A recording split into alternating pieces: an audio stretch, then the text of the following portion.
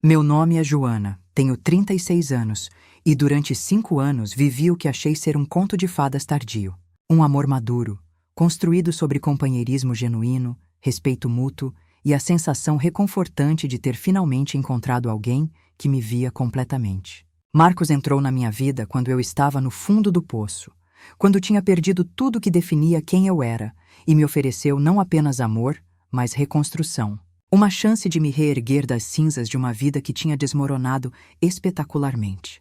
Ele foi meu salvador, meu parceiro, o homem que segurou minha mão através dos anos mais sombrios da minha existência e me mostrou que recomeços eram possíveis mesmo quando você acha que não resta nada dentro de você capaz de florescer novamente. Mas hoje, sentada no chão frio do escritório dele, cercada por documentos que acabei de descobrir em um cofre esquecido que ele me pediu para organizar enquanto viajava a trabalho, sei de uma verdade que está destruindo cada memória feliz que construímos juntos. Marcos não é meu salvador. Ele é meu destruidor. O mesmo homem que segurou minha mão através da tempestade foi quem criou essa tempestade em primeiro lugar. E agora, preciso decidir o que fazer com essa informação que está queimando através de mim como ácido, corroendo não apenas meu presente, mas retroativamente contaminando cada momento do nosso passado juntos. Preciso decidir entre perdão e vingança, entre amor e justiça, entre reconstruir novamente ou finalmente permitir que a raiva que sinto me consuma completamente. Mas para entender como cheguei aqui, neste momento de quebra total, preciso voltar. Voltar para quando tinha 25 anos e meu mundo era completamente diferente. Quando meu sobrenome ainda significava algo nesta cidade, quando eu era Joana Ferreira, filha de Roberto Ferreira, dono da Ferreira Transportes, uma empresa familiar que tinha 3 gerações de história, que empregava 200 pessoas, que era sinônimo de confiabilidade no setor de logística no interior de São Paulo. Quando minha maior preocupação era escolher qual pós-graduação fazer, se deveria seguir administração para eventualmente assumir parte do negócio da família, ou se deveria seguir meu coração e estudar arquitetura, minha verdadeira paixão, mas que meu pai via como hobby impraticável. Cresci em casa grande e confortável no melhor bairro da cidade. Não éramos ricos no sentido de jatinhos particulares e mansões, mas tínhamos segurança, educação de qualidade, viagens anuais, carro novo a cada 4 anos. A certeza reconfortante de que o futuro estava garantido, que eu teria rede de segurança não importava que escolhas fizesse. Meu pai, Roberto, era homem trabalhador e honesto, que construiu a empresa do meu avô, transformando-a de pequeno negócio familiar em operação respeitável. Minha mãe, Silvia, tinha sido contadora da empresa antes de se aposentar para cuidar de mim e da casa, embora ainda mantivesse olho nos números, revisando relatórios financeiros à mesa de jantar, enquanto meu pai comentava sobre contratos e clientes. Tinha um irmão mais novo, Felipe, que aos 20 anos estava na faculdade de engenharia e representava a esperança futura da empresa, o que aliviava um pouco a pressão sobre mim para seguir caminho corporativo. Éramos família unida de forma que hoje reconheço como rara. Jantares juntos todas as noites. Domingos com almoços extensos onde tios, primos e avós se reuniam. Discussões acaloradas, mas sempre afetivas sobre política, futebol, planos futuros. O tipo de família que você só aprecia completamente quando perde. E perdemos tudo em questão de 6 meses. Tão rápido que mal conseguimos processar o que estava acontecendo antes de estar completamente destruídos. Começou de forma sutil. Clientes importantes começaram a cancelar contratos. Não todos de uma vez, o que teria sido obviamente suspeito, mas um por um, em intervalos que pareciam coincidência infeliz. Cada um com desculpa razoável. Mudanças internas, cortes de orçamento, decisões estratégicas de centralizar logística. Meu pai ficou preocupado, mas não alarmado inicialmente. Negócios flutuam. Contratos vão e vêm. Ele começou a buscar novos clientes ativamente para compensar as perdas. Mas então começaram os problemas operacionais. Caminhões quebrando com frequência suspeita. Entregas atrasadas por motivos que ninguém conseguia explicar completamente. Mercadorias danificadas em trânsito. Motoristas desaparecendo sem aviso, às vezes levando veículos inteiros. Cada incidente isoladamente era explicável, mas o padrão coletivo era devastador. A reputação da Ferreira Transportes, construída meticulosamente ao longo de décadas, começou a rachar. Meu pai trabalhava 18 horas por dia tentando conter os danos. Eu o via envelhecer em tempo real. Cabelos grisalhos multiplicando-se, linhas profundas se formando em seu rosto antes jovial, seus olhos perdendo aquele brilho de confiança que sempre o caracterizou. Minha mãe voltou a trabalhar ativamente na empresa, tentando desesperadamente equilibrar livros que não fechavam mais. Felipe trancou a faculdade para ajudar operacionalmente, cobrindo turnos de motoristas que haviam abandonado o emprego. E então veio o golpe final, um contrato grande, o maior da história da empresa, que meu pai tinha conseguido depois de meses de negociação com o varejista nacional. Era para ser nossa salvação, o contrato que compensaria todas as perdas recentes e nos colocaria de volta nos trilhos. Meu pai investiu tudo o que tínhamos restante na operação, comprando caminhões novos a crédito, contratando equipe adicional, preparando infraestrutura para atender a demanda massiva. O contrato foi cancelado uma semana antes do início programado. O cliente alegou mudanças estratégicas de última hora, decisão de executivos em São Paulo que nem consultaram filial local que tinha negociado conosco. As cláusulas de penalidade eram vagas o suficiente para que não devessem compensação significativa. E nós ficamos com caminhões financiados que não podíamos pagar, funcionários contratados que não podíamos manter e dívidas que se acumulavam como avalanche. Ferreira Transportes declarou falência 3 meses depois. O processo foi brutal e público. Credores tomaram tudo. Os caminhões, obviamente. O armazém que serviu como base de operações por décadas. Equipamentos, computadores, até móveis de escritório. E então, vieram atrás dos bens pessoais, porque meu pai tinha garantido empréstimos com propriedades familiares em tentativas desesperadas de salvar o negócio. Nossa casa foi leiloada. Carros foram apreendidos. Contas bancárias esvaziadas. Em 6 meses, passamos de classe média alta confortável para essencialmente desabrigados. Nos mudamos para apartamento minúsculo que uma tia emprestou. Os 4, dividindo espaço de 2 quartos pequenos que caberia metade dos móveis que tínhamos conseguido salvar do leilão. Móveis que eram agora refugiados de vida anterior, lembretes constantes de tudo que tínhamos perdido, ocupando espaço que não tínhamos em realidade que não conseguíamos aceitar. Meu pai se desmoronou psicologicamente. Ele, que tinha sido pilar de força, de confiança, de certeza inabalável, se tornou sombra frágil do que foi. Passou dias inteiros deitado na cama, olhando para o teto, incapaz de processar como vida inteira de trabalho duro e decisões éticas tinha resultado em destruição total.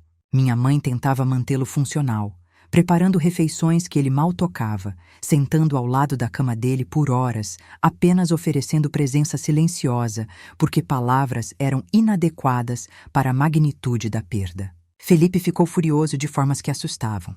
Sua raiva não tinha alvo específico, porque não entendíamos realmente o que tinha acontecido.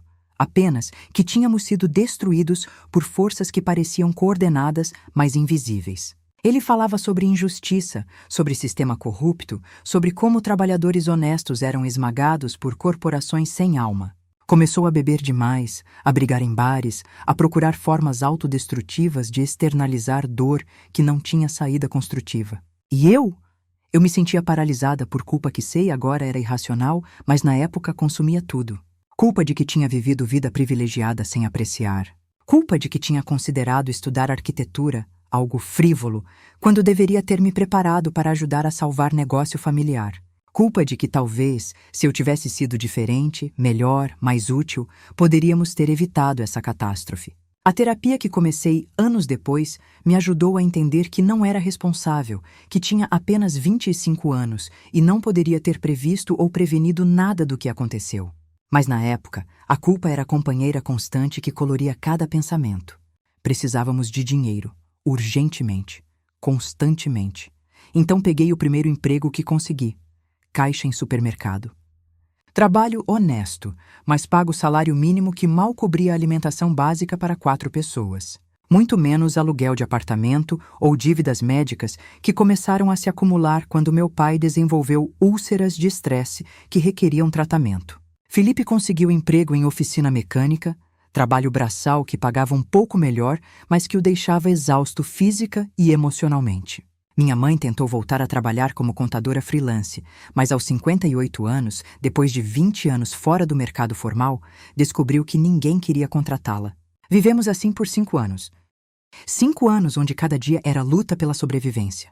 Onde luxos eram coisas como comprar carne uma vez por mês ou substituir sapatos gastos. Onde eu trabalhava 8 horas no caixa do supermercado e então fazia mais 4 horas de faxina em escritórios à noite porque um salário não era suficiente. Onde domingos não eram mais almoços familiares alegres, mas dias de exaustão coletiva onde não precisávamos trabalhar, mas também não tínhamos energia para fazer mais do que existir. Meu pai nunca se recuperou totalmente. A depressão era profunda e resistente a tratamento que mal podíamos pagar. Ele conseguia funcionar basicamente. Ajudava com tarefas domésticas, às vezes saía para caminhar, mas a luz por trás de seus olhos tinha se apagado permanentemente. O homem vibrante e confiante que eu conhecera tinha sido substituído por casca quebrada que apenas atravessava os movimentos de viver sem realmente estar presente. Felipe eventualmente parou de beber depois de susto de quase overdose que o levou ao hospital. Isso pelo menos foi vitória pequena em meio a tantas derrotas. Ele canalizou sua energia para trabalho, eventualmente se tornando mecânico-chefe na oficina, ganhando salário um pouco melhor que permitiu nos mudar para apartamento ligeiramente maior, onde cada um pelo menos tinha algum espaço próprio. E então, quando eu tinha 30 anos, 5 anos depois da falência, conheci Marcos. Foi em cafeteria perto do meu trabalho. Eu estava no meu intervalo de almoço de 45 minutos, sentada em canto quieto, comendo o sanduíche que tinha trazido de casa porque comer fora era luxo que não podia permitir, quando ele se aproximou. Alto, talvez 1,80 m, cabelos castanhos começando a grisalhar nas têmporas, de forma que era mais distinto do que velho, olhos cor-de-mel que pareciam genuinamente gentis, sorriso que era tímido, mas caloroso. Desculpe incomodar, ele disse, mas todas as outras mesas estão ocupadas. Posso dividir a sua? Era mentira. Havia outras mesas vazias. Percebi isso. Ele provavelmente sabia que eu percebi. Mas havia algo na forma como ele perguntou, sem presunção, genuinamente preparado para ir embora se eu dissesse não, que me fez acenar para a cadeira oposta. Ele se sentou, pediu café simples quando a garçonete passou e não forçou conversa imediatamente. Apenas bebeu seu café, olhou o celular ocasionalmente, respeitou meu espaço. Foi esse respeito, essa falta de imposição, que eventualmente me fez iniciar conversa. Você trabalha por aqui? Perguntei, mais por educação do que interesse real. Consultoria financeira, ele respondeu. Tenho o escritório 2 quadras dali. E você? Supermercado, disse simplesmente, sem elaborar, sem explicar que tinha diploma universitário em administração ou que tinha crescido em família empresarial, porque essas coisas pareciam pertencer a pessoa diferente, vida diferente, que não era mais minha realidade. Ele apenas assentiu, não demonstrando o julgamento que eu tinha aprendido a esperar quando pessoas descobriam minha ocupação. Não fez perguntas invasivas. Apenas conversamos sobre coisas superficiais. Clima, alguma notícia recente, recomendação de série que ele estava assistindo. Quando meu alarme tocou, indicando que meu intervalo tinha acabado, ele me olhou com algo como decepção. Posso te ver de novo? Talvez tomar café de verdade, não apenas dividir mesa por necessidade. Havia anos desde que alguém tinha demonstrado interesse romântico em mim. Não porque eu fosse pouco atraente, mas porque exaustão tinha se tornado minha característica mais proeminente. Eu trabalhava 12 horas por dia. Voltava para casa, onde cuidava de pai deprimido e ajudava minha mãe com tarefas domésticas. E desabava na cama para repetir o ciclo no dia seguinte. Não havia tempo ou energia para a vida social, muito menos romance. Mas havia algo nele. Algo que despertou parte de mim que tinha estado dormente por anos. Talvez fosse apenas sua gentileza em momento onde gentileza era rara. Talvez fosse a forma como ele me olhava, não com pena quando mencionei que trabalhava em supermercado, mas com respeito simples por pessoa trabalhando honestamente. Seja o que fosse, ouvi-me dizendo sim. Começamos a nos encontrar regularmente. Cafés se transformaram em jantares simples, que ele insistia em pagar mesmo quando eu protestava. Jantares se transformaram em caminhadas no parque aos domingos, meu único dia de folga completo. Gradualmente, nos primeiros meses, comecei a compartilhar minha história. Não tudo de uma vez, mas em pedaços, testando como ele reagiria a cada revelação sobre minha queda de graça. Contei sobre a falência da empresa da minha família. Ele ouviu sem julgamento, fazendo perguntas inteligentes sobre o que tinha acontecido, mostrando que entendia complexidades de negócios de formas que a maioria das pessoas não entenderia. Contei sobre depressão do meu pai. Ele compartilhou que seu próprio pai tinha lutado com saúde mental, criando ponte de compreensão mútua.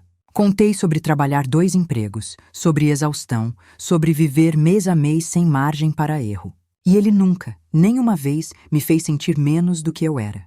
Você é extraordinária, ele disse em um dos nossos primeiros jantares, segurando minha mão através da mesa de forma que fez algo dentro de mim derreter. A maioria das pessoas desmoronaria sob peso do que você carrega, mas você continua, cuida da sua família, mantém dignidade. Isso é força de caráter que não pode ser ensinada. Suas palavras eram bálsamo em feridas que eu nem sabia que estavam abertas. Depois de anos sentindo como falha, como decepção, ouvir alguém me chamar de extraordinária era quase demais para processar. Chorei naquele jantar, lágrimas silenciosas escorrendo pelo rosto que ele gentilmente enxugou com guardanapo, sem me apressar ou me fazer sentir envergonhada pela vulnerabilidade. Depois de 6 meses juntos, ele me fez proposta que mudaria tudo. Estávamos sentados no banco do parque que tinha se tornado nosso lugar, assistindo o pôr do sol pintar o céu com tons de laranja e rosa, quando ele virou para mim com expressão séria. Joana, tenho pensando muito sobre sua situação, sobre o quanto você trabalha, sobre suas dívidas, sobre seu pai precisando de melhor tratamento de saúde mental. E quero ajudar, não por pena. Ele adicionou rapidamente quando viu o protesto começando a se formar. Mas porque me importo com você profundamente. Porque tenho recursos que posso compartilhar sem comprometer minha própria estabilidade. Porque ver pessoa que amo lutar quando eu posso aliviar esse fardo seria egoísmo cruel da minha parte. Pessoa que amo. Eram primeiras vezes que ele usava aquela palavra. E mesmo através do choque de ouvir declaração de amor, parte de mim processava a oferta de ajuda com mistura de alívio desesperado e orgulho ferido. Marcos, eu não posso aceitar seu dinheiro. Comecei, mas ele interrompeu gentilmente. Não é só dinheiro, é investimento em nosso futuro. Porque quero futuro contigo, Joana. E não posso imaginar esse futuro enquanto você está se matando, trabalhando 12 horas por dia. Deixa eu ajudar a pagar as dívidas mais urgentes. Deixa eu cobrir tratamento psiquiátrico apropriado para seu pai. Deixa eu te dar espaço para respirar, para viver, para ser mais do que apenas sobrevivente. A resistência dentro de mim lutou contra a tentação esmagadora de aceitar. E o que você quer em troca? Você, ele disse simplesmente. Seu tempo, sua companhia, chance de construir relacionamento real ao invés de encontros apressados entre turnos de trabalho. Não estou comprando você, Joana. Estou investindo em nós. Levei 2 semanas para aceitar.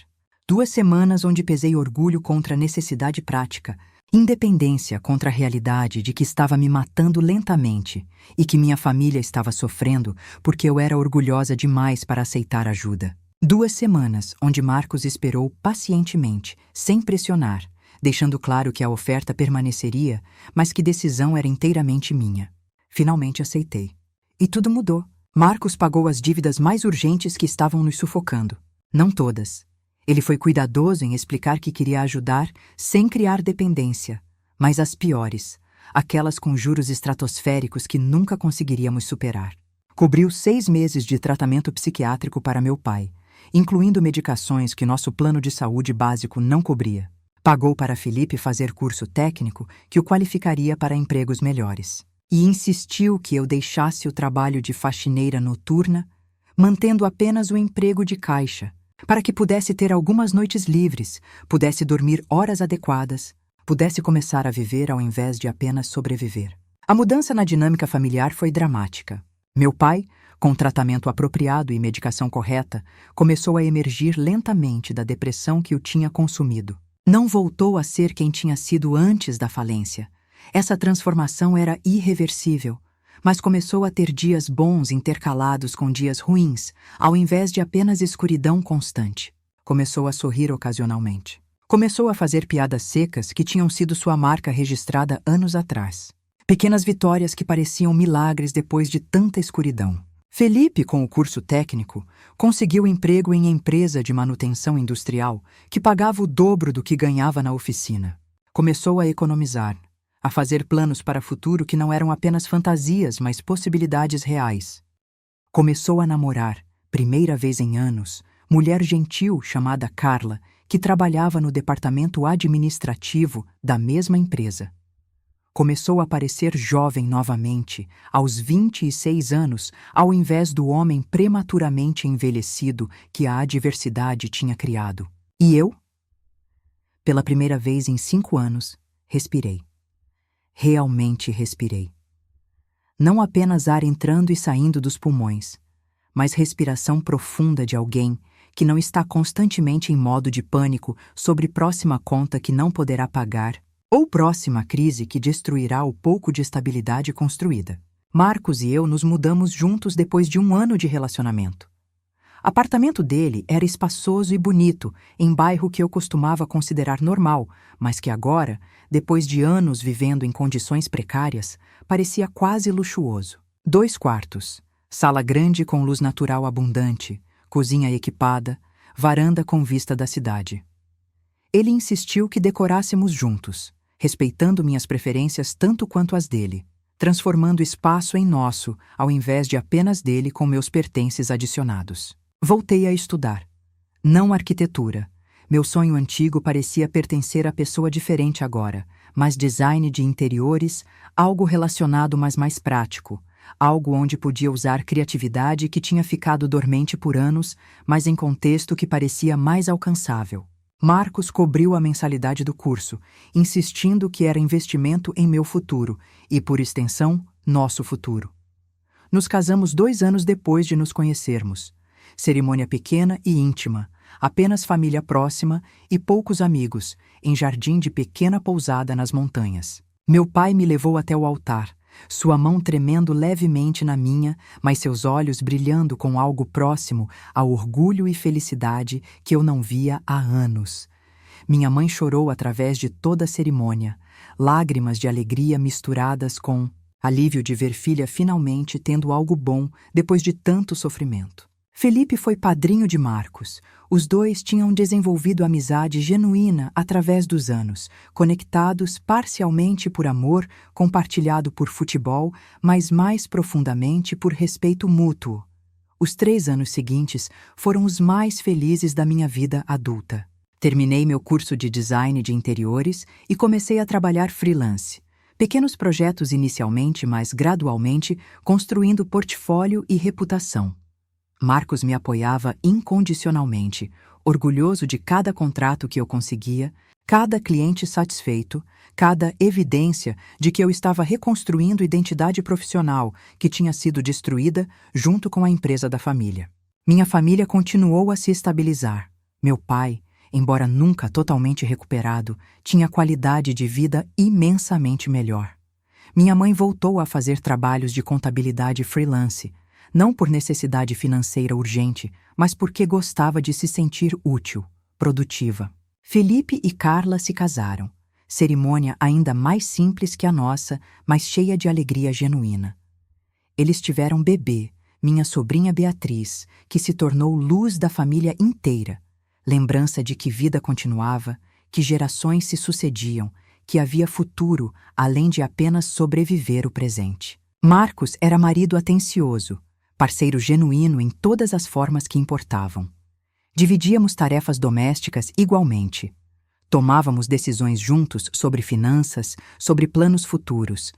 Ele me encorajava a perseguir ambições profissionais, mesmo quando isso significava menos tempo juntos. Ríamos frequentemente, aquele tipo de riso fácil e confortável de pessoas que realmente gostam uma da outra, além do amor romântico. Tínhamos desacordos ocasionalmente, claro, mas resolvíamos através de comunicação honesta, ao invés de ressentimento acumulado. Eu o amava. Profundamente. Não apenas com gratidão de alguém que foi salva, embora essa gratidão certamente existisse, mas com amor verdadeiro por quem ele era. Sua gentileza que não era fraqueza, mas força de caráter. Sua inteligência que não era arrogante, mas curiosa. Sua capacidade de ouvir realmente, de estar presente, de fazer pessoa com quem conversava sentir como se fosse a única no mundo que importava naquele momento. E então, há 2 semanas, ele me pediu para organizar seu escritório em casa. Estava viajando para São Paulo para reuniões de negócios, seria fora por 5 dias, e mencionou casualmente que seu escritório estava caótico, documentos acumulados de anos que precisavam ser arquivados apropriadamente. Se você tiver tempo e não se importar, ele disse enquanto fazia mala, seria ótimo ter aquilo organizado. Combinação do cofre é nossa data de casamento. 6 dígitos. Tem documentos importantes lá que devem ser arquivados no armário de arquivo trancado. Chave está na gaveta superior da escrivaninha. Parecia tarefa simples. Uma forma de contribuir para casa, já que eu estava entre projetos de design naquele momento. Então concordei, beijei-o ao despedir-se, disse que sentira falta dele e comecei a organização no dia seguinte.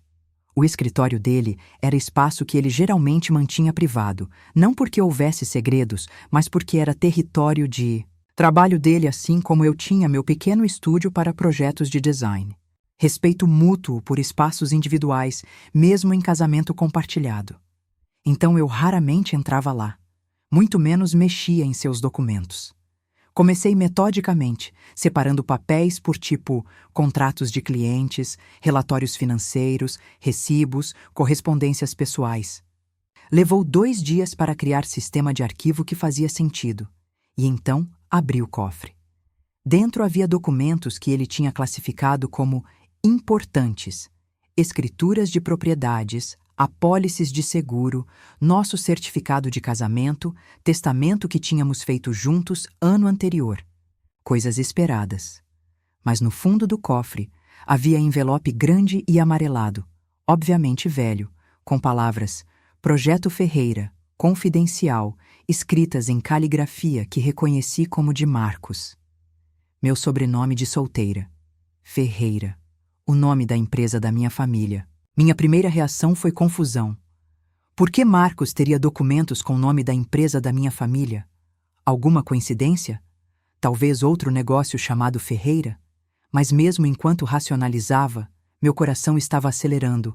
Algo primitivo dentro de mim, reconhecendo o perigo antes que minha mente consciente processasse. Abri o envelope com mãos que começaram a tremer.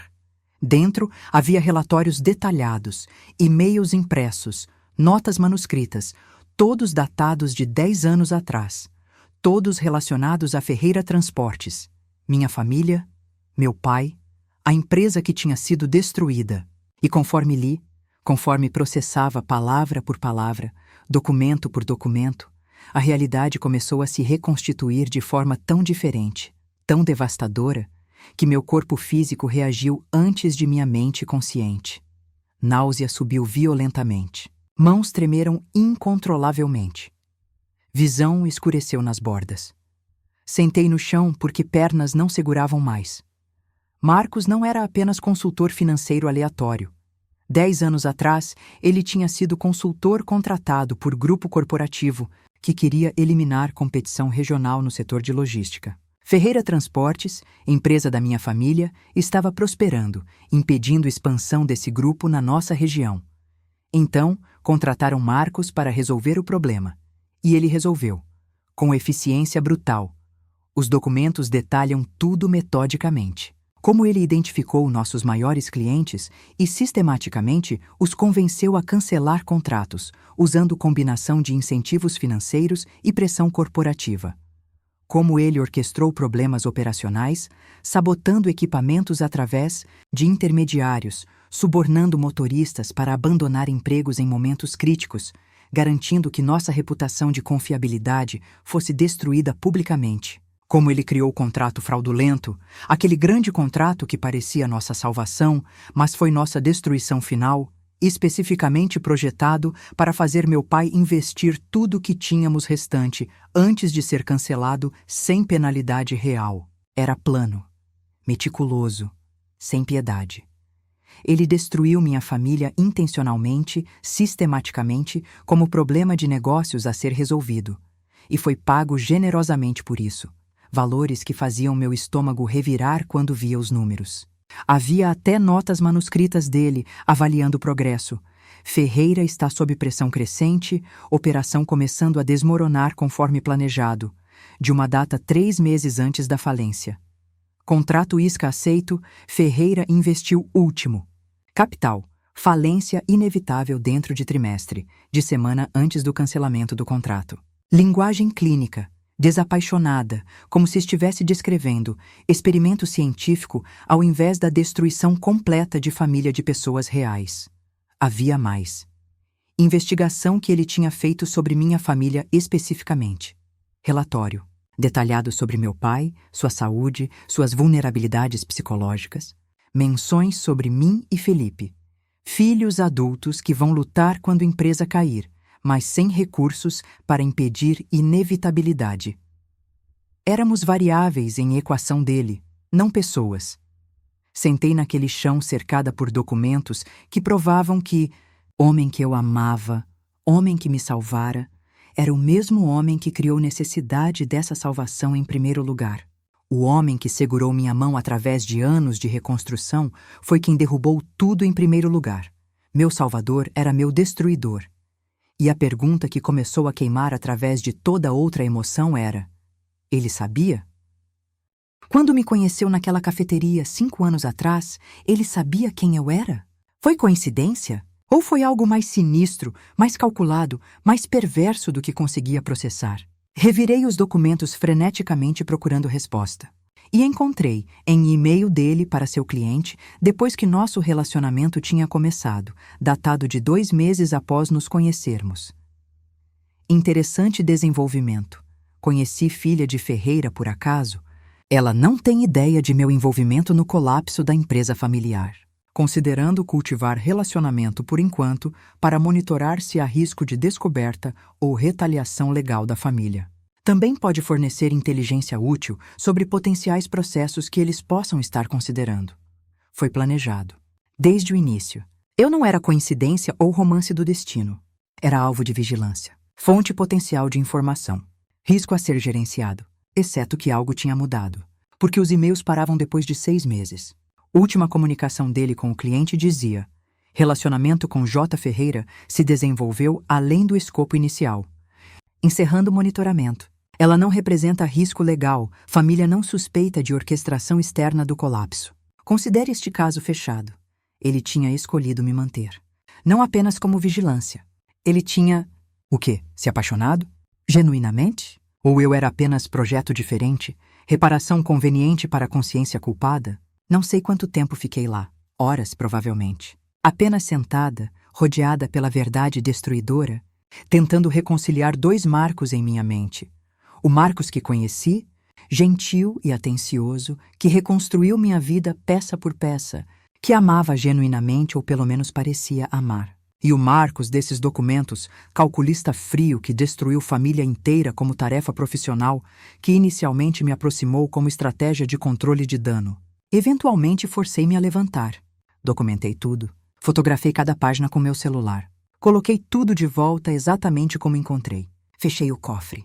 E então me sentei na sala, na escuridão porque sol tinha se posto e eu não tinha notado, e tentei decidir o que fazer com o conhecimento que estava me consumindo de dentro para fora.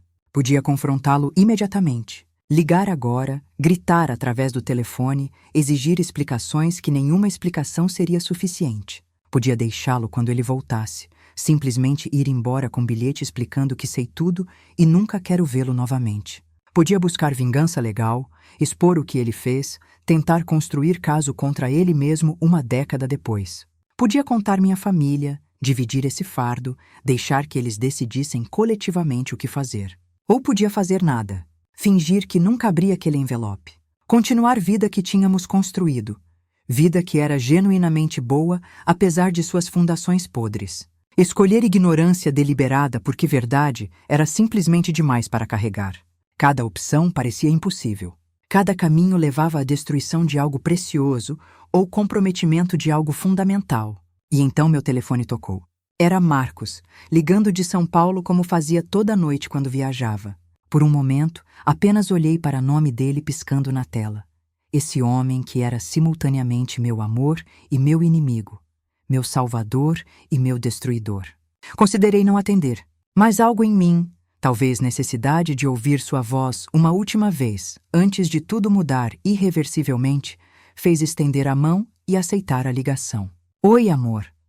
Sua voz veio através da linha, calorosa e familiar, completamente alheia ao fato de que eu estava sentada no escuro do nosso apartamento, cercada pelo conhecimento de sua traição. Estava com saudade.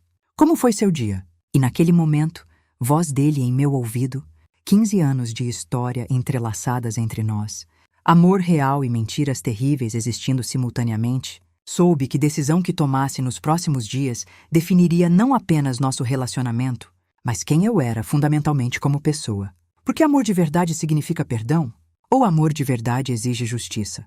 E quando a pessoa que te machucou mais profundamente é também a pessoa que te curou mais completamente, o que você faz? Como você navega entre coração que ainda ama e mente que agora sabe verdade insuportável? Meu dia foi revelador, respondi finalmente, minha voz surpreendentemente firme considerando que estava desmoronando internamente. Precisamos conversar quando você voltar. Conversa séria. Houve pausa. Ele sabia. Talvez pelo tom da minha voz, talvez por conhecer-me bem o suficiente para detectar mudança fundamental. Você encontrou os documentos. Não era pergunta, era a afirmação pesada de inevitabilidade que ele deve ter sabido estava chegando eventualmente. Encontrei. Silêncio longo, pesado. Então, voz dele, quando voltou, estava carregada de emoção que nunca tinha ouvido nele. Medo, arrependimento, desespero. Joana, por favor, deixa eu explicar. Não é o que parece. Ou é, mas também não é. Por favor, não tome decisões antes de ouvir minha versão. Por favor. Você destruiu minha família, disse, e agora minha voz estava quebrando. Anos de dor que pensei ter processado voltando com força renovada. Você destruiu intencionalmente, sistematicamente como trabalho. Fez meu pai ter colapso mental. Fez-nos perdermos tudo. E então, anos depois, você apareceu na minha vida se passando por Salvador quando foi você quem criou todo aquele sofrimento. Eu sei, Deus, eu sei, e carrego culpa disso todos os dias. Mas, Joana, o que sinto por você é real. O que construímos juntos é real. Por favor, me dá a chance de explicar. Volto amanhã. Vou pegar primeiro voo. Podemos conversar, realmente conversar. E depois, se você ainda quiser me deixar, se não conseguir perdoar, eu entendo. Mas, por favor, não jogue fora 5 anos sem me dar chance de te contar toda a verdade. Toda a verdade, repeti amargamente. Como se 5 anos de mentiras não fossem evidência suficiente de que não sei o que é verdade com você. É justo, ele disse, voz quebrando. Completamente justo. Mas, Joana, eu te amo. Isso é verdade. A coisa mais verdadeira da minha vida. E se tudo que conseguir das ruínas disso é uma chance de te contar minha história, de te fazer entender como cheguei até aqui, é mais do que mereço, mas menos do que preciso que você saiba. Desliguei sem prometer nada. Apenas disse que conversaríamos quando ele voltasse e encerrei a chamada antes que sua voz, sua emoção genuína ou performada, pudesse corroer minha determinação de manter alguma forma de clareza através do caos emocional. Essa noite foi a mais longa da minha vida. Não dormi. Apenas sentei na varanda do apartamento, olhando a cidade iluminada se estender infinitamente, me perguntando quantas outras histórias como a minha estavam acontecendo lá fora, quantas outras vidas estavam sendo silenciosamente destruídas por decisões corporativas frias, quantas outras pessoas estavam descobrindo que suas vidas inteiras eram construídas sobre fundações de mentiras. Pensei em ligar para minha família, contar tudo, mas algo me parou. Talvez egoísmo de não querer dividir esse fardo ainda. Talvez medo de como Felipe reagiria, de violência que poderia resultar. Talvez simplesmente necessidade de processar sozinha primeiro, de entender meus próprios sentimentos antes de navegar os deles. Marcos chegou no meio da tarde do dia seguinte. Ouvi chave na porta, passos dele entrando, sua voz chamando meu nome com hesitação que nunca tinha ouvido antes. Estava sentada na sala, os documentos originais espalhados na mesa de café, na frente de mim. Minha declaração silenciosa de que sabia, que tinha visto, que não havia mais esconder. Ele parou na entrada da sala quando viu os documentos, rosto ficando pálido, bolsa de viagem caindo de seus dedos frouxos. Por momento longo, apenas nos olhamos através da distância, que parecia infinitamente maior que os metros físicos separando-nos. Joana, ele começou, mas eu levantei mão, interrompendo. Você tem 1 hora, disse, minha voz controlada de forma que exigiu força de vontade monumental. 1 hora para me explicar tudo. E então vou decidir se continuo neste casamento ou se saio dessa porta e nunca volto. Então escolhe bem suas palavras, porque essa é literalmente a coisa mais importante que você vai dizer na sua vida. Ele assentiu, respiração tremendo, e se sentou lentamente na poltrona oposta ao sofá onde eu estava. Suas mãos tremiam enquanto ele esfregava o rosto, reunindo coragem ou organizando pensamentos. E então começou a falar. E o que ele disse mudaria novamente, pela 3ª vez em 24 horas, minha compreensão de toda a nossa história. Marcos ficou em silêncio por momento que pareceu se estender eternamente, seus olhos fixos nas mãos que tremiam levemente em seu colo. Quando finalmente começou a falar, sua voz saía baixa, carregada de peso que reconheci como anos de algo não dito, algo carregado sozinho por tempo demais. Tinha 28 anos quando me contrataram para aquele projeto. Começou, e cada palavra parecia custar-lhe algo precioso. Recém-formado em MBA, ambicioso demais, ético de menos. Vinha de família pobre, Joana. Muito pobre. Tipo de pobreza onde você vai para a escola com fome porque não tem café da manhã em casa. Onde suas roupas são doações de igreja. Onde você vê sua mãe trabalhando 3 empregos e ainda assim não consegue pagar aluguel alguns meses. Ele olhou para mim, checando se eu estava ouvindo, se estava disposta a ouvir contexto que não justificava, mas talvez explicasse. Não disse nada, apenas mantive olhos fixos nele, esperando. Consegui bolsa integral para a universidade através de mérito acadêmico puro. Era minha saída. Minha única chance de quebrar o ciclo de pobreza. Estudei obsessivamente, formei-me com honras, consegui entrar em programa de MBA em escola de negócios prestigiada. E então entrei no mercado de consultoria corporativa pensando que tinha chegado. Pensando que finalmente seria alguém, teria segurança, poderia ajudar minha mãe, que ainda estava trabalhando como faxineira aos 60 anos. Sua voz estava carregada de autorrecriminação. Mas o mundo corporativo é cruel de formas que não entendi até estar dentro dele. Não é suficiente ser competente. Precisa estar disposto a fazer coisas que pessoas decentes não fariam. Precisa ver outras pessoas como obstáculos ou ferramentas, não como humanos com famílias e vidas complexas. E eu fiz isso. Deus me perdoe, eu fiz exatamente isso. Ele se levantou, incapaz de ficar parado. Começou a andar pela sala, mãos passando pelo cabelo repetidamente. Quando me deram o projeto Ferreira, foi apresentado como problema logístico, uma empresa regional impedindo expansão do cliente em mercado lucrativo. Foi-me dito para neutralizar a competição através de meios legais necessários. Linguagem corporativa sanitizada que escondia o que realmente significava: destruir família de pessoas trabalhadoras que estavam apenas tentando ganhar vida honesta. E você aceitou, disse, minha primeira interrupção, palavras saindo amargas. Aceitei, ele concordou virando para me encarar, porque pagava mais do que tinha visto em vida inteira. Porque seria a promoção que me colocaria em caminho para a parceria na firma. Porque tinha 28 anos e era ambicioso e estúpido, e não tinha desenvolvido ainda qualquer senso real de consequências humanas das minhas ações. Ele voltou a sentar, afundando na poltrona como se peso da confissão estivesse fisicamente esmagando-o. Fiz o que esses documentos mostram. Sistematicamente, eficientemente, destruí a Ferreira Transportes. E durante o processo, não permiti pensar sobre pessoas reais afetadas. Eram apenas variáveis. Pai que seria estressado, filhos que lutariam, mas falhariam, operação que seria neutralizada. Desumanizei tudo porque era a única forma de fazer o trabalho sem enlouquecer. Quando terminou, perguntei, minha voz controlada apenas através de esforço imenso. Quando você percebeu que tinha destruído pessoas reais? Imediatamente após concluir, ele disse. E havia quebra genuína em sua voz agora. Recebi meu bônus. Fui promovido.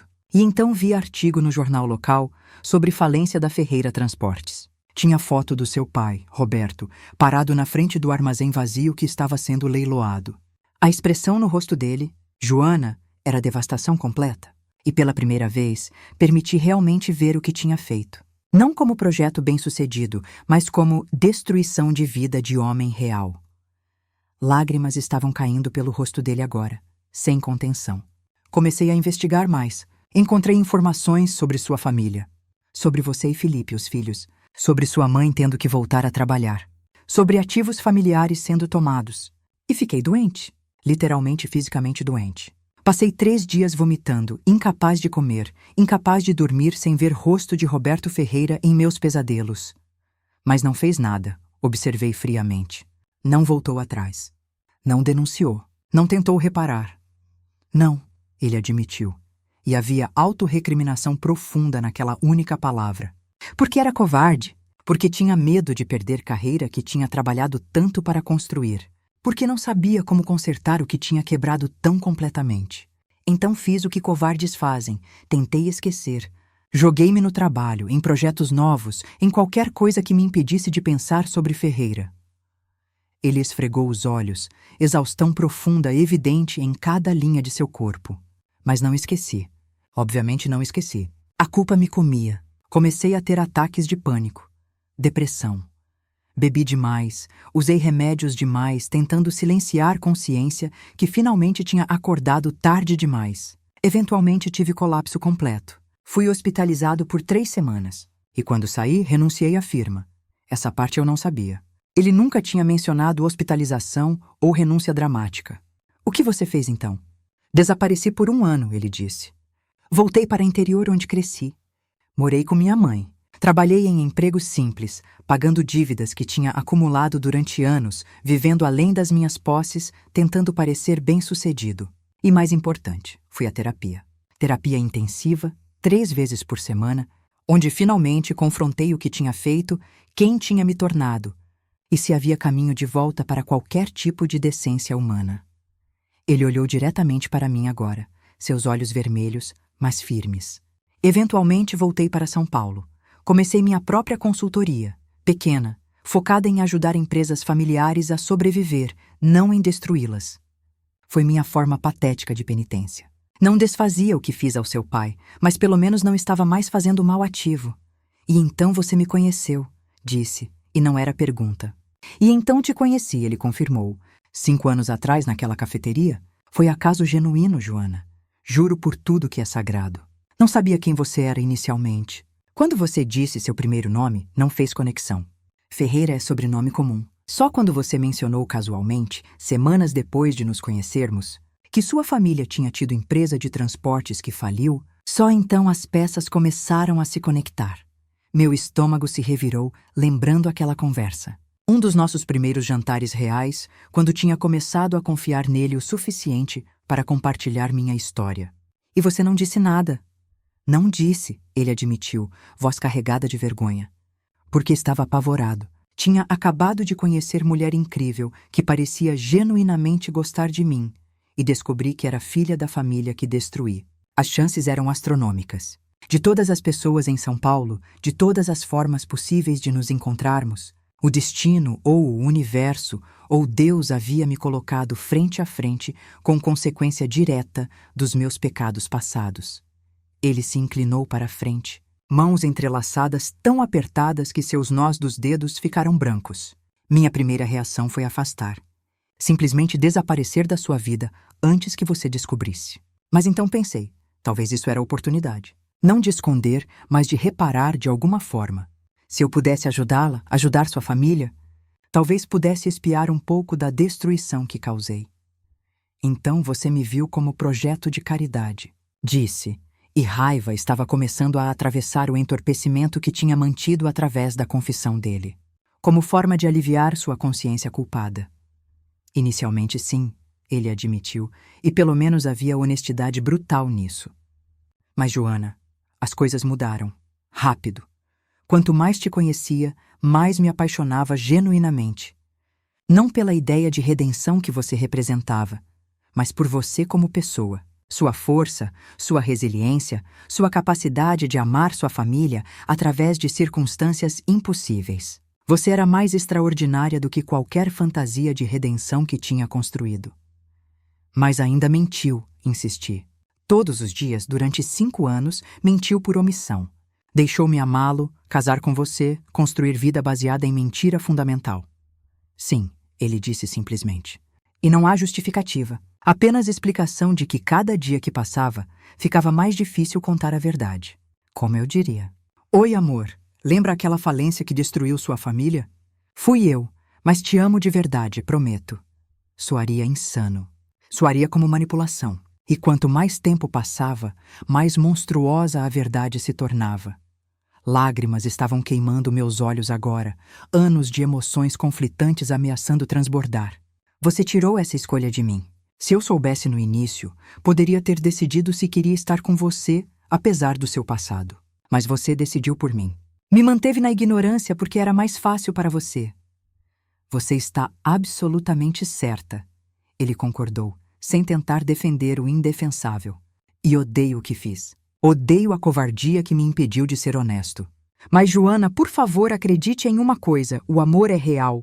A vida que construímos, o homem que me tornei com você, tudo isso é genuíno. Não sou mais a pessoa que destruiu a Ferreira Transportes. Mudei fundamentalmente. E você foi parte dessa mudança. Não me faça responsável pela sua redenção, respondi, voz quebrando finalmente. Não coloque isso em mim. Você quer absolvição? Procure um padre. Não transforme nossa relação em sua terapia. Não é isso, ele insistiu, levantando-se novamente, dando passo em minha direção antes de parar quando viu meu corpo tensionar. Não estou pedindo absolvição. Estou tentando te fazer entender que o que sinto por você é separado da culpa que carrego. Sim, inicialmente te vi como oportunidade de reparação, mas isso evoluiu para amor real muito antes de nos casarmos. Não teria pedido você em casamento, não teria construído vida contigo se fosse apenas sobre expiar culpa. Como eu sei disso? E perguntei, e minha voz estava pequena agora, vulnerável de formas que odiava. Como eu confio em qualquer coisa que você diz quando tudo foi construído sobre mentira? Não sei, ele admitiu, e havia desespero quebrando em sua voz. Não tenho resposta que te satisfaça. Só posso dizer que se você me der chance, passarei resto da vida provando que mudei, que o amor é real, que posso ser homem que você merece ao invés do monstro que fui. Silêncio caiu entre nós, pesado e sufocante. Toda a raiva, toda a dor, toda a confusão dos últimos dias estava colidindo dentro de mim, tentando encontrar saída, tentando se resolver em algo compreensível.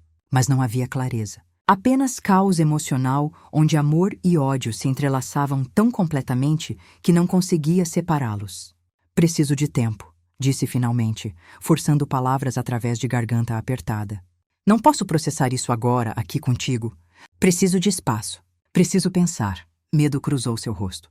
Você vai me deixar? Não sei, respondi honestamente. Talvez, provavelmente. Como eu fico com o homem que destruiu minha família?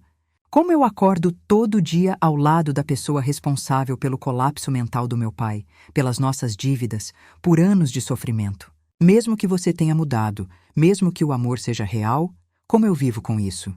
E se você contar para sua família? Ele perguntou, voz tremendo. Seu pai, Felipe, eles vão querer justiça. Provavelmente vão querer me destruir da mesma forma que destruí vocês. E eu aceitaria isso. Mereceria isso. A ideia tinha estado rondando minha mente. Contar minha família significaria liberar fúria que tinha sido represada por uma década, dar-lhes alvo para a raiva que nunca teve direção específica. Felipe, especialmente, com sua história de violência quando mais jovem, quando a dor da falência era fresca e suas respostas eram destrutivas. O que ele faria sabendo que cunhado que aprendeu a respeitar, a considerar amigo, era responsável por tudo? Não sei se vou contar, admiti. Parte de mim quer ver você enfrentar consequências completas, mas parte de mim não quer destruir a paz frágil que minha família finalmente encontrou. Eles reconstruíram. Meu pai está melhor. Felipe está estável. Jogar essa bomba em meio a isso poderia destruir o progresso que fizeram. Então o que você quer? E Marcos perguntou, e havia rendição em sua voz, aceitação de que controle da situação não era mais dele. Quero que você saia, disse, decisão formando-se mesmo enquanto falava. Por 2 semanas quero que você fique em outro lugar. Hotel, apartamento temporário, não me importo. Mas não posso estar perto de você enquanto processo isso. Preciso de espaço físico e emocional para decidir o que fazer. Ele assentiu lentamente, como se esperasse algo pior, mas aliviado que pelo menos não era expulsão permanente imediata. 2 semanas. E depois? Depois conversamos de novo.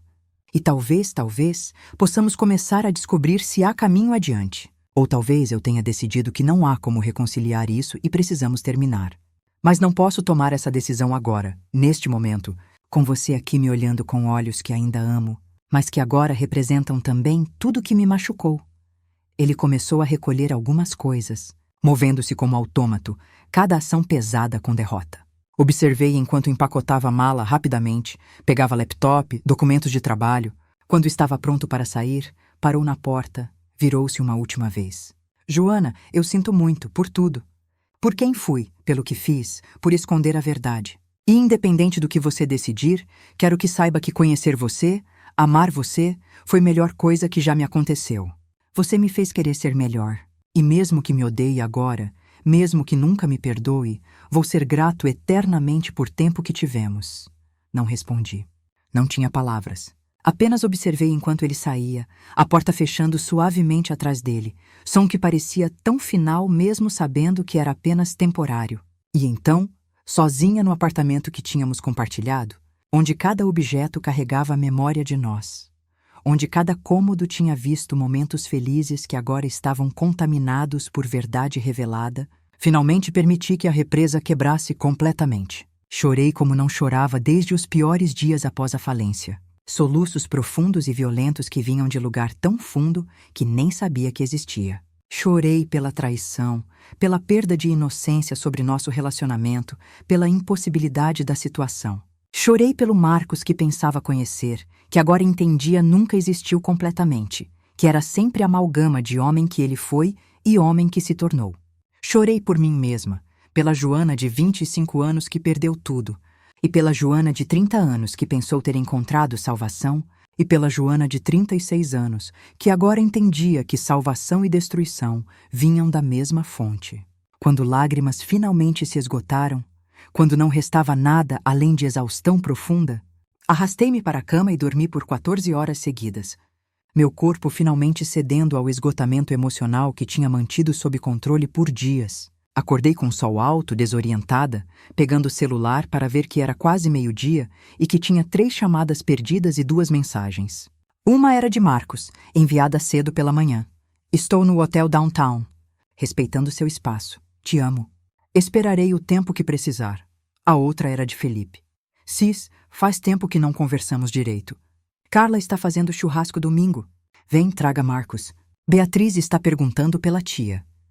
A normalidade da mensagem dele, o convite casual para churrasco familiar, como se meu mundo não tivesse acabado de ser virado de cabeça para baixo, era quase cômica em sua incongruência. Mas também era lembrança de que vida continuava, que minha família existia fora da bolha de crise pessoal que estava navegando. Respondi que iria, mas que Marcos estava viajando a trabalho. Mentira fácil que compraria tempo. Não estava pronta para envolvê-los ainda, talvez nunca estaria. Essa era minha decisão para carregar, pelo menos por agora. Passei os dias seguintes em espécie de transe funcional. Trabalhava em projetos de design com eficiência mecânica, mas sem verdadeira paixão. Comia porque corpo precisava de combustível, não porque tinha apetite. Dormia erraticamente, alternando entre insônia, onde ficava acordada por horas, pensando em círculos obsessivos, e períodos de sono tão profundo que acordava desorientada sem saber que dia era. E pensava. Deus como pensava. Sobretudo, sobre Marcos como homem de 28 anos, ambicioso e perdido, fazendo escolhas terríveis por razões que podia entender mesmo sem desculpar. Sobre transformação dele, se era genuína ou performada. Sobre meu próprio papel nisso, se tinha sido manipulada desde o início ou se relacionamento tinha evoluído para algo real apesar de origens contaminadas. Pensei sobre perdão e o que realmente significava. Perdoar significava esquecer? Significava absolver de consequências? Ou perdão podia coexistir com raiva, com mágoa, com necessidade de responsabilidade? Podia amar alguém e ainda estar furioso com ele? Podia construir futuro sobre fundação que era parcialmente podre, mas também parcialmente sólida? Fui ao churrasco no domingo como prometido. Minha família estava bem, alegrias simples e naturais preenchendo o espaço. Beatriz, agora com 3 anos, correu para mim gritando, tia! Com entusiasmo que fez coração apertar. Felipe estava relaxado de formas que raramente via, braço em volta de Carla, enquanto conversavam com meu pai sobre futebol. Minha mãe estava na cozinha fazendo suas farofas famosas, cantarolando suavemente, expressão serena que contrastava drasticamente com anos de tensão constante que tinham marcado seu rosto. Observei-os, minha família, essas pessoas que tinham sobrevivido junto à destruição que agora sabia tinha nome e rosto específicos. Eles não sabiam. Viviam em ignorância sobre fonte de seu sofrimento passado. E essa ignorância, percebi, era tipo de proteção. Contar a verdade a eles daria alvo para a raiva, sim, mas também reabriria feridas que estavam finalmente começando a cicatrizar. Felipe me pegou sozinha na varanda em determinado momento, 2 cervejas nas mãos, me oferecendo uma enquanto se apoiava no corrimão ao meu lado. Você está estranha, ele observou sem rodeios, estudando meu perfil. Aconteceu algo? Considerei mentir, mas era meu irmão. Tínhamos sobrevivido o inferno juntos. Ele merecia mais do que mentiras convenientes.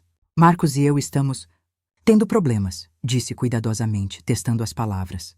Descobri algo sobre o passado dele que está me fazendo questionar tudo. Felipe ficou tenso imediatamente. Ele te machucou? Se fez algo para você, juro que... Não é assim, interrompi rapidamente, colocando mão reconfortante em seu braço. Não é violência ou traição no sentido tradicional. É complicado. E estou processando. Só preciso de tempo. Ele não pareceu satisfeito, mas respeitou meus limites. Se precisar de qualquer coisa mesmo, você me liga, certo? Você é minha irmã, sempre vou estar do seu lado. Sua lealdade absoluta, sua disposição de me defender mesmo sem conhecer detalhes, foi comovente e também peso adicional. Porque sabia que se contasse a verdade completa, Felipe não seria tão medido quanto eu estava tentando ser. Ele quereria justiça imediata, provavelmente violenta. E Marcos, por mais que merecesse consequências, não merecia ser destruído fisicamente por decisões de uma década atrás que claramente o assombravam. Voltei para casa daquele churrasco com clareza ligeiramente maior. Contar minha família não era caminho adiante, pelo menos não ainda, talvez nunca. Isso era algo entre mim e Marcos. Era minha escolha sobre perdão ou vingança, sobre possibilidade de reconciliação ou necessidade de separação definitiva. 2 semanas se passaram em ritmo que era simultaneamente muito rápido e agonizantemente lento. Marcos me testava ocasionalmente, nunca pressionando, apenas pequenas mensagens deixando-me saber que estava lá, que estava esperando, que respeitava meu espaço. Pensando em você. Espero que esteja cuidando de si mesma. Sempre aqui quando estiver pronta. Havia ternura genuína nessas mensagens que tornava tudo mais difícil. Seria mais fácil se ele fosse monstro unidimensional. Mas ele era humano complexo que tinha feito coisas monstruosas, mas também tinha capacidade para amor genuíno, para mudança real, para arrependimento profundo. E navegar essa complexidade era infinitamente mais desafiador do que simplesmente escolher um lado ou outro. No 14º dia, enviei mensagem pedindo que nos encontrássemos. O mesmo parque onde tínhamos tido tantos encontros durante nosso namoro inicial, aquele lugar que tinha sido testemunha de construção de nosso relacionamento. Parecia apropriado que também fosse cenário para conversas que determinariam se esse relacionamento sobreviveria ou morreria. Ele chegou antes de mim. Estava esperando no banco que tinha se tornado nosso. Mãos entrelaçadas nervosamente, expressão ansiosa suavizando ligeiramente quando me viu aproximando. Não nos abraçamos quando cheguei. Apenas sentei ao lado dele, mantendo pequena distância física que representava o abismo emocional que estávamos tentando atravessar. Obrigada por vir, ele disse desnecessariamente.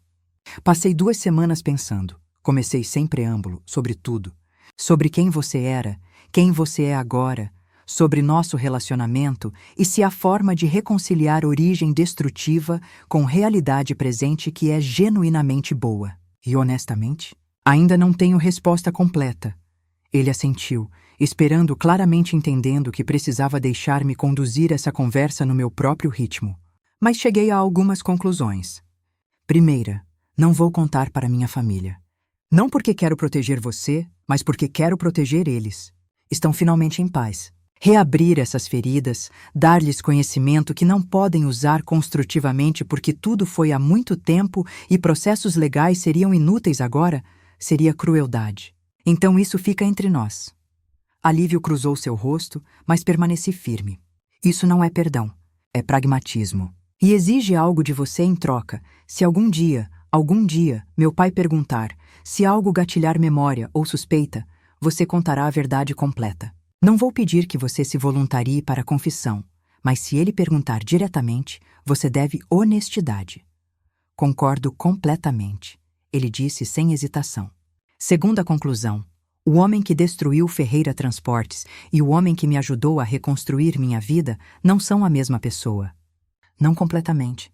As pessoas mudam. Sei disso porque mudei também. A Joana de 25 anos que trabalhava no caixa do supermercado não é a mesma Joana de 36 anos sentada aqui. Experiências nos transformam. E preciso acreditar que seu arrependimento é genuíno, que mudança é real, porque a alternativa é aceitar que passei 5 anos amando mentira e não posso viver com isso. Lágrimas estavam formando em seus olhos. A mudança é real, ele insistiu. Juro por tudo que é sagrado para mim. Mas terceira conclusão, continuei, minha voz ficando mais firme, é que isso não desaparece simplesmente porque decidimos seguir em frente. Vai estar sempre entre nós. Toda vez que visito meu pai e vejo as marcas que aquela depressão deixou nele permanentemente. Toda vez que Felipe menciona como anos de luta financeira moldaram suas escolhas de vida. Toda vez que olho para nossas fotos de casamento e lembro que você estava lá sorrindo enquanto carregava esse segredo devastador. Não posso simplesmente esquecer. Não estou pedindo que esqueça, ele respondeu, voz carregada de emoção. Estou pedindo chance de carregar isso junto contigo, ao invés de te fazer carregar sozinha. Chance de passar cada dia provando que homem que sou agora merece seu amor, mesmo sabendo que homem que fui não merecia sequer sua compaixão. Olhei para ele. Realmente olhei, vendo ambos os homens simultaneamente. O Marcos, de 28 anos, ambicioso e perdido e eticamente comprometido, fazendo escolhas que destruíam vidas por avanço de carreira. E o Marcos, de 43 anos, que tinha colapsado sob peso de sua própria culpa, que tinha reconstruído sua vida em torno de princípios diferentes, que me amava de formas que sentiam genuínas, mesmo sabendo que começou como vigilância estratégica. Se tentarmos seguir em frente, disse lentamente, precisa ser com total honestidade a partir de agora. Sem mais segredos, não importa quão dolorosa a verdade seja. Porque se descobrir que mentiu sobre qualquer coisa mesmo pequena, terminou. Não haverá terceira chance. Honestidade completa, ele concordou fervorosamente. Sobretudo, meu passado, meus pensamentos, meus medos, tudo transparente. E precisamos de terapia de casal, adicionei. Não podemos navegar isso sozinhos. Precisamos de profissional que pode nos ajudar a processar, a construir confiança novamente, a aprender como comunicar através dessa traição fundamental. Já procurei terapeutas, ele disse, e pela primeira vez havia algo próximo à esperança em sua voz. Durante as 2 semanas, encontrei 3 que são especializados em trauma relacional e reconstrução de confiança. Posso agendar consultas com cada um para que você escolha com qual se sente mais confortável. Seu preparo, sua antecipação de exatamente o que seria necessário, demonstrava tanto a seriedade com que estava levando isso, quanto sua natureza fundamentalmente estratégica. Ele planejava, antecipava, se preparava. Eram essas mesmas qualidades que o tornaram consultor corporativo eficiente e que agora estava usando para tentar salvar nosso casamento. Então estamos tentando, disse, e não era pergunta, mas confirmação hesitante. Apesar de tudo, estamos escolhendo tentar. Só se for o que você realmente quer, ele disse cuidadosamente. Não por obrigação ou pressão, ou porque investimos 5 anos juntos, mas porque você genuinamente acredita que há possibilidade de futuro. Pensei sobre isso, sobre o que realmente queria, e percebi que, apesar da raiva, apesar da traição, apesar da complexidade impossível da situação, ainda amava esse homem. Não cegamente como antes, mas com olhos abertos para todas suas falhas e história complicada. Amava o homem que tinha se sentado comigo por horas, quando meu pai teve especialmente dia ruim, apenas oferecendo presença silenciosa. Amava o homem que encorajou meus sonhos de design quando nem eu mesma acreditava que era possível. Amava o homem que chorou no nosso casamento porque, em suas palavras, nunca imaginou merecer felicidade assim. Quero tentar, confirmei, e sentir as palavras saindo era simultaneamente aterrorizante e libertador. Mas Marcos, entenda, isso vai ser trabalho. Árduo, doloroso, constante. Vai ser reconstruir de alicerces ao invés de apenas pintar sobre rachaduras. E não há garantia de sucesso. Entendo, ele disse, e então fez algo inesperado. Deslizou do banco para ajoelhar-se na frente de mim, pegando minhas mãos nas dele. Joana, prometo investir todo o esforço humanamente possível nisso. Prometo honestidade mesmo quando dói. Prometo paciência quando você precisar de espaço. Prometo transparência sobre cada aspecto da minha vida. E prometo nunca, nunca tomar seu perdão como garantido. Lágrimas estavam caindo livremente pelo meu rosto agora. Levante-se, disse suavemente. Não precisa se ajoelhar. Não é sobre você implorar perdão. É sobre nós dois escolhendo como iguais tentar construir algo novo sobre ruínas do que descobrimos. Ele se levantou e, depois de momento de hesitação, onde checou se era bem-vindo, me abraçou. E permiti, afundando no familiar conforto de seus braços, mesmo sabendo que esse conforto agora vinha com camadas de complexidade que nunca teriam existido antes. Não era simples. Provavelmente nunca seria simples novamente. Mas era real, tanto a dor quanto o amor. E talvez realidade fosse mais valiosa que simplicidade de qualquer forma. Os meses seguintes foram, como previsto, trabalho árduo. Começamos terapia de casal com doutora Helena, mulher de 50 e poucos anos com décadas de experiência em trauma relacional. Nossas sessões semanais eram intensas, emocionalmente exaustivas, frequentemente deixando ambos esgotados. Trabalhamos através de camadas de traição, de confiança quebrada, de raiva que eu carregava e culpa que ele carregava. Aprendemos a comunicar sem acusações defensivas ou justificativas vazias. Aprendemos a criar espaço para ambas nossas experiências. Minha dor como vítima da ação dele e sua dor como alguém carregando o peso de passado destrutivo. Não foi linear. Tivemos retrocessos múltiplos.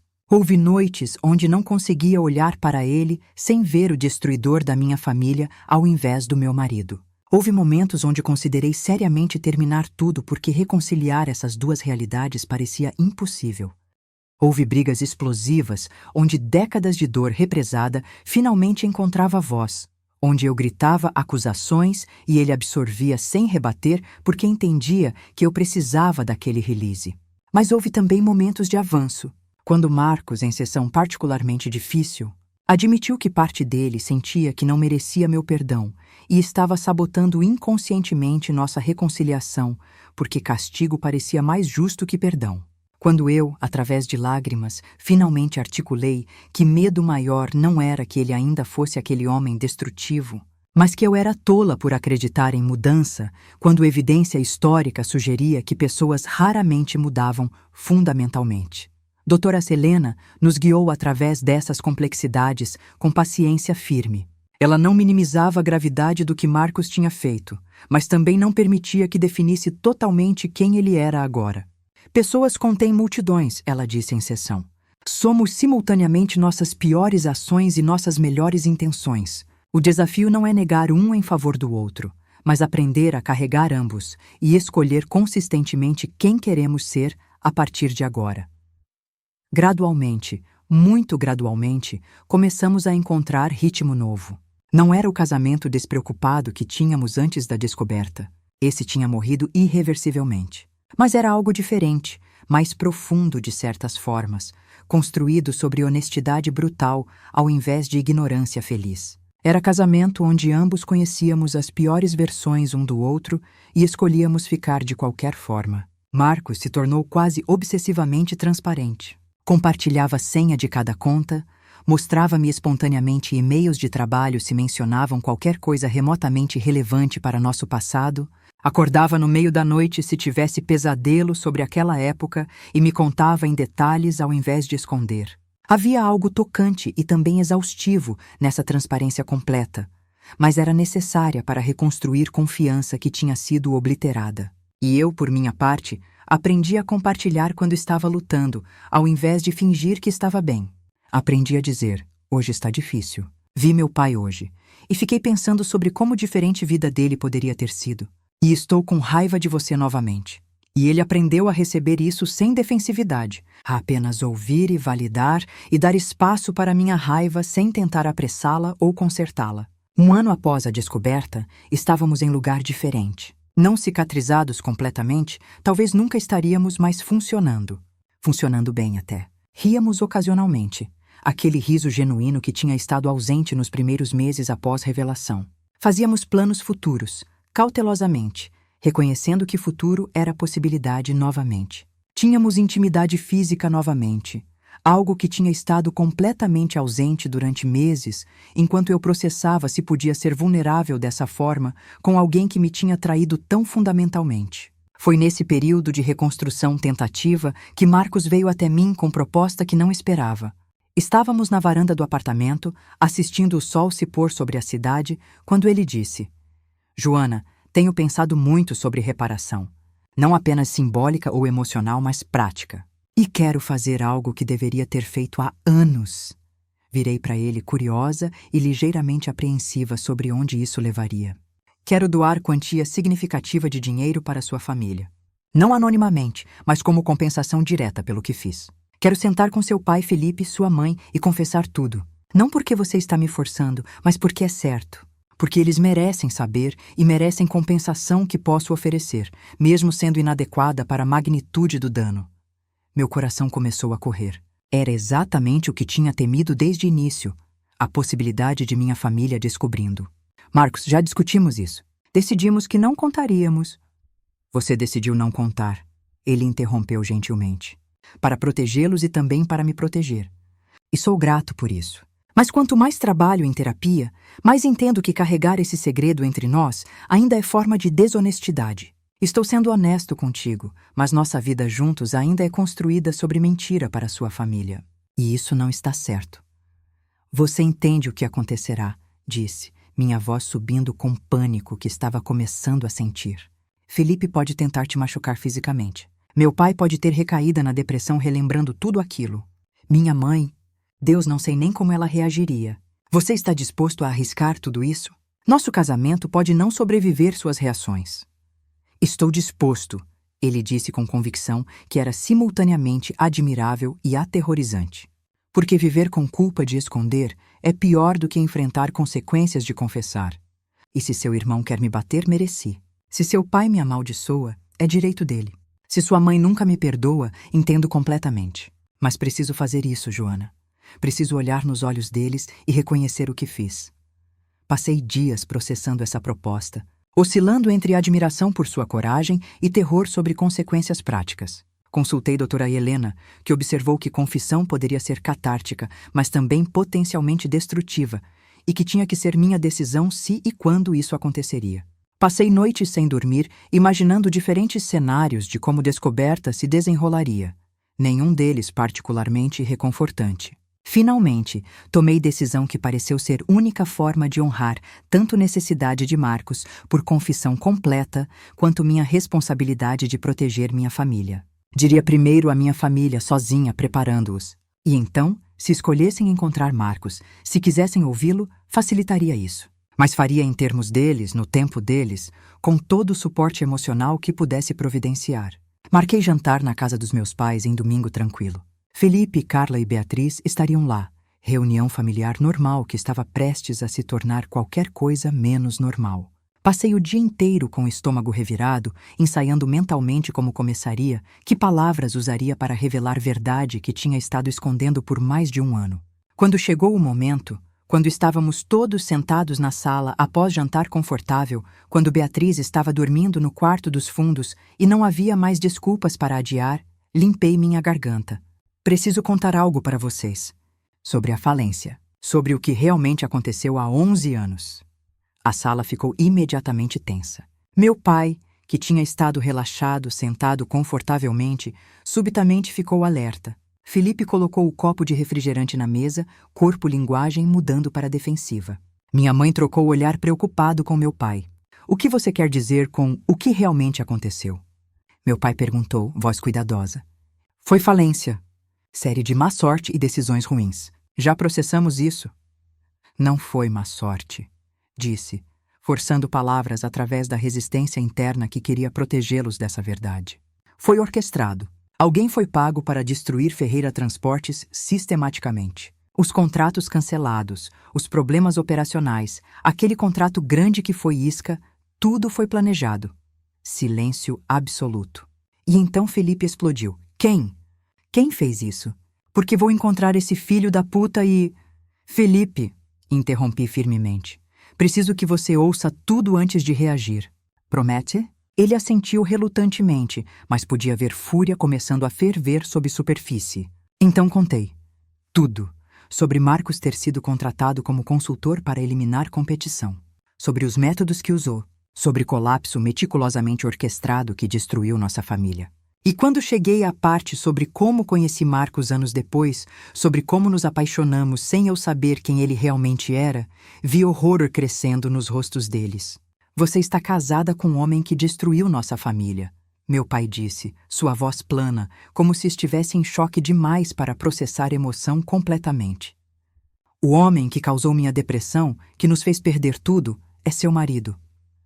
Ele não sabia quem eu era inicialmente. Expliquei rapidamente, desesperada para eles entenderem complexidade. Foi coincidência genuína. E quando descobriu ele tinha mudado. Não é mais aquele homem. Ele carrega culpa profunda pelo que fez. Culpa. Felipe cuspiu a palavra como veneno. Ele sente culpa. Que maravilhoso. Isso devolve nossa empresa? Devolve anos das nossas vidas. Cura papai? Não, admiti, lágrimas começando a cair. Não cura nada. Mas ele quer fazer reparação. Quer compensar vocês financeiramente, quer confessar pessoalmente, quer aceitar qualquer consequência que vocês queiram impor. Minha mãe tinha estado quieta através de tudo isso. Mas agora falou, sua voz tremendo. Você sabia? Há quanto tempo você sabe? 1 ano, confessei. Descobri há 1 ano.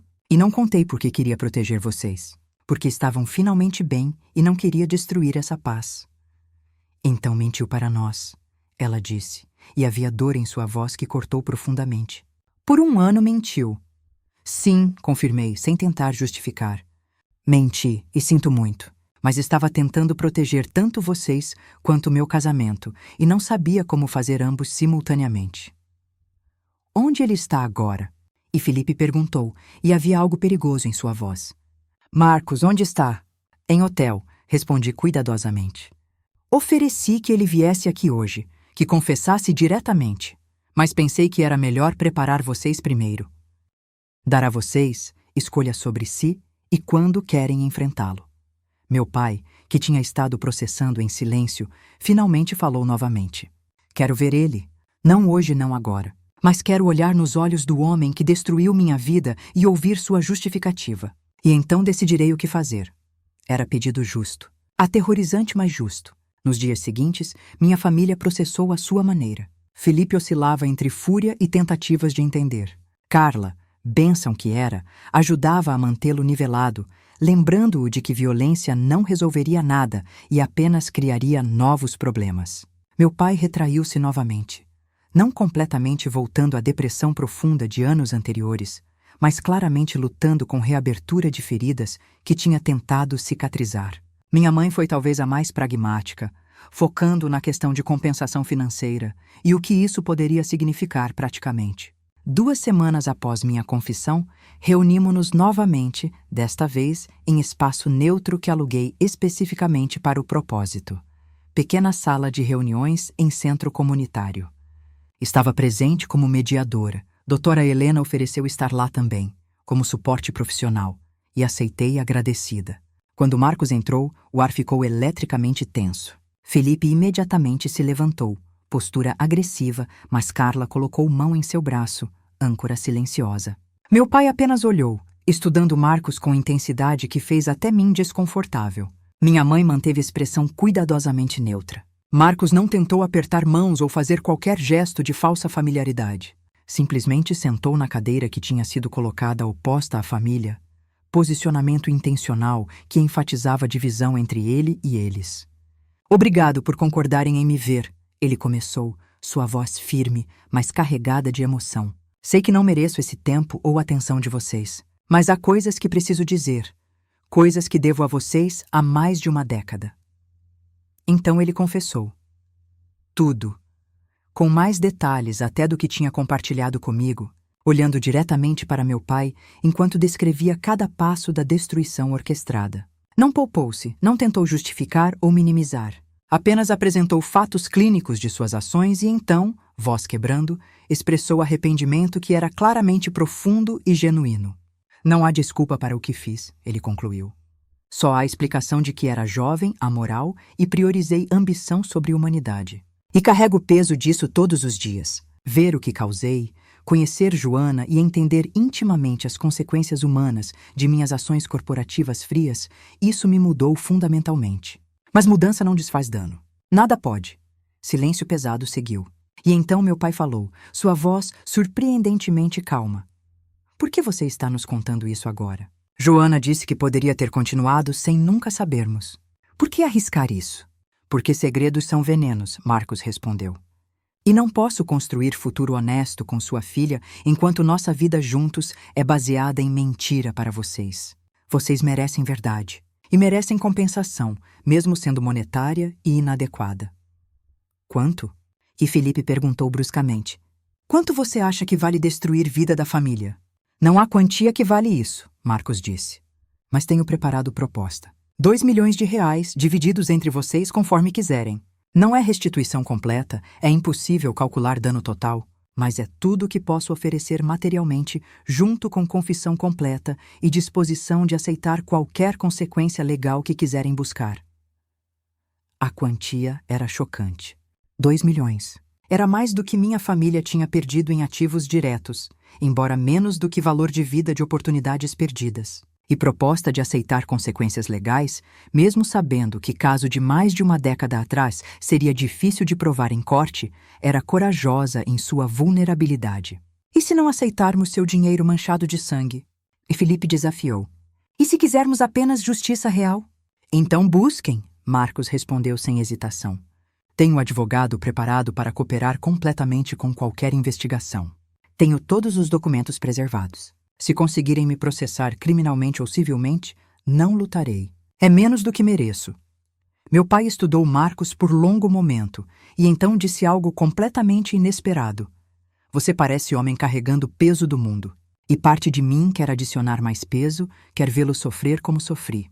Mas outra parte que levei anos de terapia para desenvolver, entende que adicionar mais sofrimento ao mundo não reduz meu próprio sofrimento. Ele virou para mim. Joana, você ama esse homem? Apesar de tudo, você genuinamente quer futuro com ele? Sim, respondi sem hesitação, minha voz firme. Amo. Não apesar de sua complexidade, mas incluindo ela. Ele não é apenas suas piores ações, assim como não somos apenas nossas piores experiências. Meu pai assentiu lentamente. Então não vou ficar no caminho disso. Mas Marcos? Ele virou de volta para meu marido. Se algum dia você machucar minha filha novamente, de qualquer forma, não haverá dinheiro ou desculpas que te salvarão de mim. Entende? Completamente, Marcos respondeu, gratidão e alívio visíveis em seu rosto. Felipe não estava tão disposto a perdoar. Não posso simplesmente deixar isso passar, ele disse, voz cheia de frustração. Vocês podem aceitar o dinheiro dele e seguir em frente, mas eu lembro. Lembro de cada dia difícil, cada humilhação, cada momento onde pensei que não valeríamos nada porque perdemos tudo. E ele causou isso. Eu sei, Marcos disse, encontrando o olhar de Felipe diretamente. E se precisar de alvo para a raiva, estou aqui. Se quiser me bater, não vou revidar. Se precisar anos para processar antes de considerar qualquer forma de paz, esperarei. Sua raiva é válida e merecida. Era oferta bizarra, mas genuína. E algo na forma como Marcos a fez, sem defensividade ou autopiedade, pareceu penetrar fúria de Felipe. Não dissolveu completamente, mas rachou ligeiramente. Não vou bater em você, Felipe disse eventualmente, embora parecesse que parte dele queria. Mas não vou fingir que estamos bem. Não vou jantar na sua casa ou chamar você de cunhado com qualquer afeição. Você é o homem que minha irmã escolheu, e vou respeitar isso por ela. Mas não me peça para gostar ou perdoar. Não peço, Marcos confirmou. Respeito é mais do que mereço. Minha mãe tinha estado processando tudo silenciosamente e finalmente falou. O dinheiro. Se aceitarmos, Quero que parte vá para fundo educacional para Beatriz. Que algo de bom venha disso. Que próxima geração não carregue peso da nossa geração. Era sugestão sábia e curativa. Transformar compensação em investimento em futuro, em esperança, ao invés de apenas reparação de passado. Passamos as próximas horas discutindo termos práticos, mediados por doutora Helena quando tensões aumentavam. Eventualmente chegamos a acordo. Metade do dinheiro seria dividido entre meus pais e Felipe, conforme necessidades deles. A outra metade criaria fundo educacional para Beatriz e futuros netos. Marcos forneceria toda a documentação de suas ações passadas, caso minha família decidisse buscar ação legal, embora a doutora Helena gentilmente observou que processo de mais de uma década atrás seria desafiador legalmente e emocionalmente desgastante. Mais importante, acordamos de continuar terapia familiar facilitada por doutora Helena, sessões onde poderíamos processar coletivamente, onde ressentimentos poderiam ser expressados em ambiente seguro, onde cura poderia acontecer no ritmo de cada pessoa. Não foi final feliz limpo onde todos se abraçaram e perdoaram instantaneamente. A vida real não funciona assim. Mas foi começo. Começo de processo onde verdade, por mais dolorosa, era finalmente completa. Onde segredos não envenenavam mais relacionamentos. Onde possibilidade existia, mesmo que remota, de eventual reconciliação verdadeira. Meses se tornaram anos. Lentamente, imperceptivelmente, dinâmicas mudaram. Felipe eventualmente conseguiu ter conversas civis com Marcos, embora nunca se tornassem amigos. Meu pai, surpreendentemente, desenvolveu respeito cauteloso por Marcos, reconhecendo a coragem necessária para confessar e aceitar consequências. Minha mãe focou pragmaticamente no bem que dinheiro estava fazendo, especialmente fundo educacional de Beatriz que crescia constantemente. E Marcos e eu continuamos nosso trabalho árduo de reconstruir. Terapia semanal. Honestidade brutal. Momentos de retrocesso onde velhas feridas reabriam, mas também momentos de graça, de conexão profunda nascida de navegação de impossibilidades juntos, de escolha continuar amando mesmo quando seria mais fácil desistir. 5 anos após descoberta inicial, sentados na mesma varanda onde tantas conversas difíceis tinham acontecido, Marcos disse: "Você sabe o que aprendi através de tudo isso?" "O quê?" perguntei curiosa. Que redenção não é evento único. Não é pedir desculpas uma vez ou fazer grande gesto e estar perdoado. É escolha diária de ser melhor, de honrar gravidade do que fez errado ao viver vida, que compensa de maneiras pequenas e grandes. É processo sem fim, não destino que você alcança. Assenti, entendendo profundamente. E perdão também não é evento único. É escolha que faço repetidamente. Alguns dias mais fácil que outros, de não deixar seu passado definir completamente nosso presente. "Você se arrepende?" Ele perguntou suavemente. "De ter ficado? De ter escolhido tentar ao invés de simplesmente sair quando descobriu?" Pensei honestamente sobre isso. Vida teria sido mais simples se tivesse saído.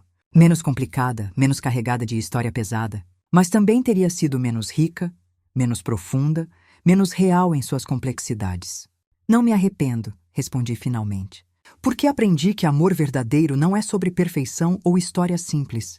É sobre escolher alguém completamente, conhecendo não apenas suas melhores qualidades, mas também suas piores ações.